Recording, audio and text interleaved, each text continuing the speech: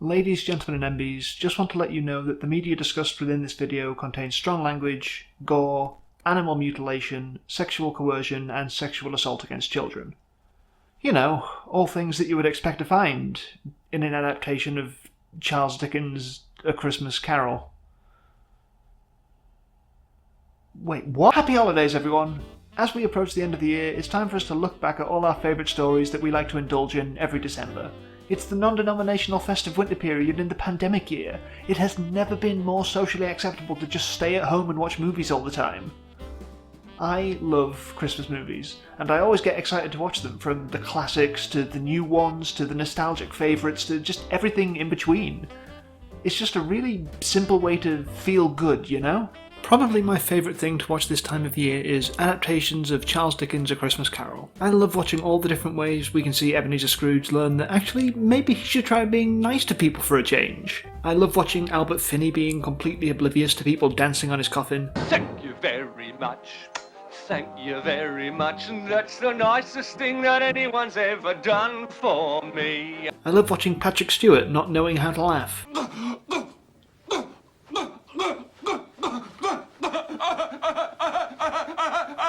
I love watching Michael Caine doing this little dance. Look at him go! This is perhaps the single most joyous moment in any film ever. I love this story a whole lot, and I get hyped whenever I discover versions of it I haven't seen before. So imagine my excitement last year when I saw that the BBC were doing a 3-part miniseries adaptation.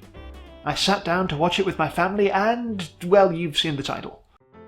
This particular adaptation of A Christmas Carol was created for the BBC and aired on FX in the US. All 3 episodes were directed by Nick Murphy. It stars Guy Pearce as Scrooge, and what every piece of marketing honed in on, it was written by Stephen Knight. Stephen Knight is a writer who is essentially TV royalty in the UK. This is for a couple of reasons. First, he co-created Who Wants to Be a Millionaire? Buck Wild. Second, he is the showrunner of the hugely popular Peaky Blinders, a show I was an extra in one time. You can't see me in it. As a result of these successes, he is a writer in very high demand who has allowed a lot of creative freedom with his works, so it's only natural that he was chosen to make an adaptation of A Christmas Carol. The direction that he went with it is...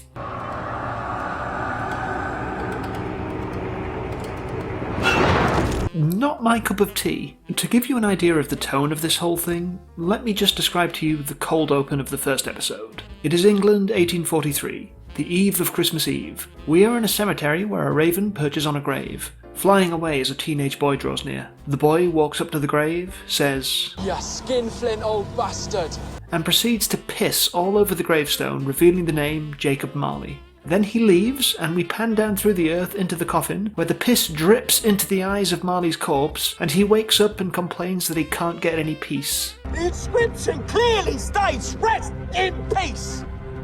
Why am I not allowed any peace? To be clear, the opening of this adaptation of A Christmas Carol, the scene that will set the tone for everything that is to come in the following 3 hours of television, is Jacob Marley getting a golden shower. We might just be in trouble here, folks. The whole of this adaptation is trying desperately to be dark and edgy. It's full of the feeling that a lot of modern period dramas have, where the sets are all dingy, everyone acts really intensely all the time, and it's meant to show that living in that time period actually wasn't as romanticised as we make it out to be, and it just doesn't feel like A Christmas Carol. I'm not sure why anyone thought this was the right direction to take one of the most wholesome and warm-hearted stories ever written, but they did, and I watched it, and here we are.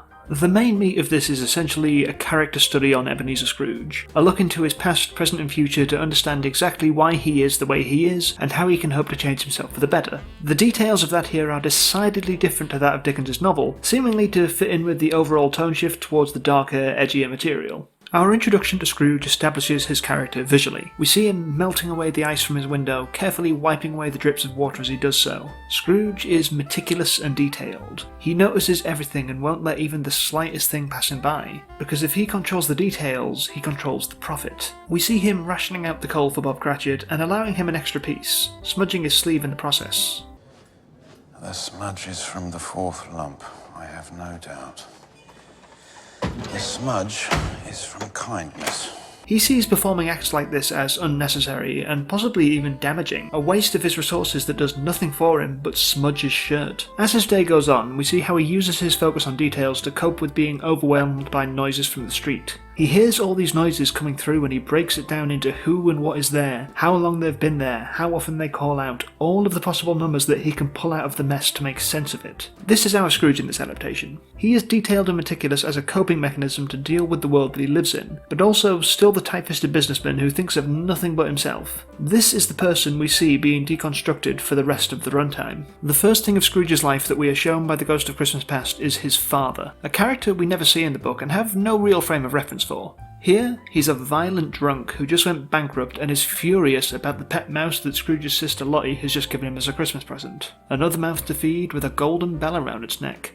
Something he can't allow in this household, and something we see him take revolting action on. Seemingly, the ghost did this just to mess with Scrooge, just dredging up his childhood trauma to shake him up and not really teach him a lesson. To actually teach Scrooge something, we go to his time at boarding school, staying there over the Christmas holidays. The ghost, who now appears as Scrooge's childhood imagining of Alibaba, because I guess it was cheaper to hire 2 camels than it was to have Andy Serkis on set for a few more days, has brought him back to one very specific Christmas. We see young Scrooge reading before he is visited by the school's headmaster, who... Of course, I won't expect you to sleep in here on your own.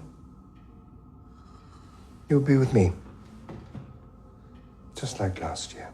is a paedophile. He has been sexually abusing Scrooge as part of a financial arrangement with Scrooge's father, and that's why Scrooge has to stay at the school over Christmas, and no one at the BBC told Stephen Knight no. But this Christmas, Scrooge's sister Lottie comes to rescue him. She holds the headmaster up at gunpoint once Scrooge has run out of the place. Like a highwayman. She pulled a fucking gun. Which the ghost characterises as an act of true compassion without need of notice or reward. The true spirit of Christmas. But because of the trauma he had gone through, Scrooge was numb to it, and could not feel that same affection back. Scrooge was made cold to the world by the pain he experienced, and tries to use this to excuse the cruel actions he pursued in his life. What happened to me here, at this school, this excuses me, this explains me, and because it's all in the past, nothing can be done to remedy it. But of course, having had bad things happen to you, having had a horrible, traumatic childhood, does not excuse you doing terrible things yourself. The ghost needs Scrooge to see this, and so takes him to one of the mines that he and Marley bought and cut costs on, leading to a cave-in. Scrooge has to see exactly the human cost of his business practices. All he and Marley cared about was saving money on timber, not the people who actually worked in the mine. We were given a similar look at this cost earlier when Marley showed him an accident at one of their factories with all the lines that cost. The mine serves to show that this wasn't an isolated incident, but Scrooge and Marley's standard operating procedure. This is followed up by seeing him and Marley buying up a business, firing all the employees and selling it for a massive profit. All of these examples show that Scrooge just never once considered that there was anything to this business other than the money. He can tell you the exact amount of profit that he made every year he conducted business, but could not tell you a single thing about any of the people who worked for him. To him, they were just an insignificant detail. Only a piece of how he makes his profit. However, to really show Scrooge the very human cost of what he does, he perhaps needs a tight and individual example. So we see what he did 7 Christmases ago. Mary Cratchit came to Scrooge looking for money to help with medical bills for Tiny Tim. Scrooge offers her the money she needs if she'll come to his rooms on Christmas Day and do exactly what he tells her. This is not a game, Ebenezer Scrooge.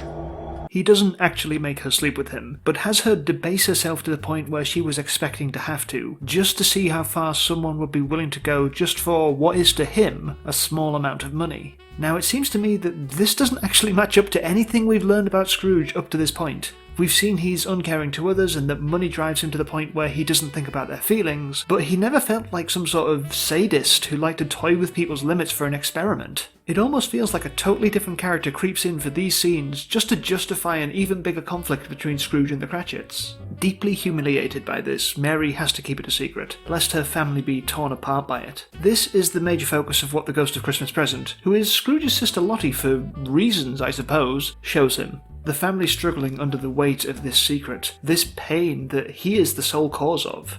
This is Scrooge's most monstrous and shameful regret, that he did this to this woman, and to her husband and children. This sees the biggest change in Scrooge as he finally sees the people and not the details and numbers. Before you counted everything.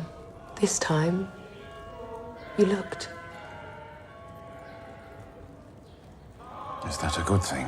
Finally, he sees what is important and not what he's dedicated his life to. Even though the damage is already done, at least he can be repentant for it now. From there, all that's really left is for the ghost of Christmas Yet to Come, who is dressed like an undertaker and has his mouth stitched shut because they had to make the scariest ghost edgier and make the subtext text. You are the spirit of Christmas future.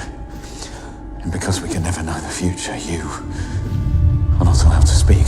To show Scrooge how Tiny Tim will die, which is something unconnected to Scrooge's actions here, and I'm not sure why you would do that, and how he'll die, alone with no one who loves him, which hardly comes as a shock to him given what he's learned about himself through the story. This is where we reach what I think is the most interesting part of this entire adaptation. Scrooge is shown his own grave, revealed to us by that same boy from the start pissing on it. That's right, it's a setup and payoff, and Marley shows back up to take one last crack at convincing Scrooge to ask for redemption.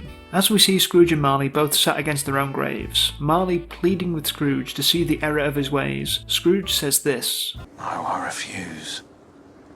I refuse to change. All their efforts were for nothing because I refuse redemption. He actively refuses to be given any kind of redemption or forgiveness because he doesn't deserve it. This fate to this piss-covered second-class grave is exactly what I deserve. This is perhaps the most radical idea in this whole thing, that Scrooge's actions are beyond forgiveness, and that if he ever received it, then he would just find a way to ignore it and use his newfound position to profit off it, because that's who Ebenezer Scrooge is. The aim of the ghosts here is not to redeem Scrooge, but to grab me by the throat and drag me to a bright mirror so that I might see the truth. Not to give Scrooge a second chance, but to let him see who he truly is, and this is the culmination of that. I feel quite conflicted about it, because on the one hand this is a very timely message. Even if the people who have valued money more than human life pledge to do better, the harm they've done can't be erased, the damage doesn't just go away. But on the other hand, if Scrooge really can't be redeemed, then what's the point? This entire adaptation is built around just skipping over the major goal of the story.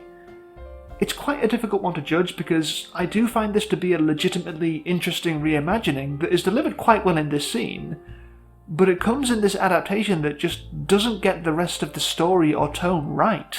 Speaking of his intentions with this adaptation, Stephen Knight said this: "What I wanted to do when Dickens was writing, it wasn't really the job of the novelist to necessarily find out why the character was the way he was. But now in this post-Freudian world, one wonders why a character like that exists. What made him like that? What experiences did he have to make that happen? And so that's what I have tried to look at."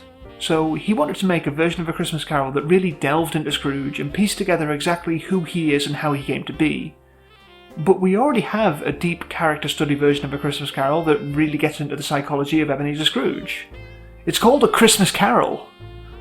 It baffles me that Stephen Knight doesn't think that Dickens gets to what makes this character tick when it's literally all that the book does. I don't want to discredit him as a writer. He's had an interesting career and his work is clearly connected with a lot of people, but I just really don't think he understood this book as he adapted it. What sits the worst for me in this whole thing is probably the characterization of everyone other than Scrooge. The cynicism of the adaptation extends to basically every character. In the book, everyone except for Scrooge is wonderfully sincere, and it serves as a perfect counterpoint to him. But in this adaptation, there is no counterpoint. Everyone feels just as miserable and bitter as him. After Scrooge rejects nephew Fred's dinner offer, Fred says that it's the last time that he'll ever see him. Fred's characterization in the book is as someone who will simply never give up on Scrooge, no matter how he pushes him away. He just can't, because he sees the good in even the meanest creature. But here... Yeah, I will say it, because I know it hurts you. Merry Christmas, Uncle Ebenezer. I doubt I'll ever see you again on this earth. He deliberately says something to hurt Scrooge as he gives up on him completely, and is never seen again in the whole miniseries, wasting one of the most interesting relationships in the story. Even Tiny Tim is given this cynical makeover. He doesn't have a lot of characterization beyond wanting to go ice skating, which leads to his death in the future Scrooge sees, which how could Scrooge have prevented that from happening by being a better person? But we see Tiny Tim cracking wise, making jokes about how tight-fisted Scrooge is. Do I have to do my exercise today? It's Christmas Eve. No days off, Tim. You're worse than old Scrooge. And it just feels bizarre to see the character who is the earnest heart and so often symbol of the story acting this way, which really just sums up this whole thing. A Christmas Carol is a story that works on its sincerity. If every character is as hopeless and miserable as Scrooge, then what joy is there in seeing him change? And if he isn't worthy of redemption, then is there even a story worth telling at all? In the preface to the book, Dickens says, "I have endeavoured in this ghostly little book to raise the ghost of an idea, which shall not put my readers out of humour with themselves, with each other, with the season, or with me. May it haunt their houses pleasantly, and no one wish to lay it." This adaptation does not haunt the house pleasantly. It's ugly, mean-spirited, and insincere, and even though it does raise at least one interesting ghost of an idea, it's simply not worth your time. A Christmas Carol is timeless. It's a story that we tell over and over again, and as we approach the end of this year, I can think of no better way to spend your time than giving this adaptation a miss and reading or listening to or watching your favourite version of Dickens' ghostly little book.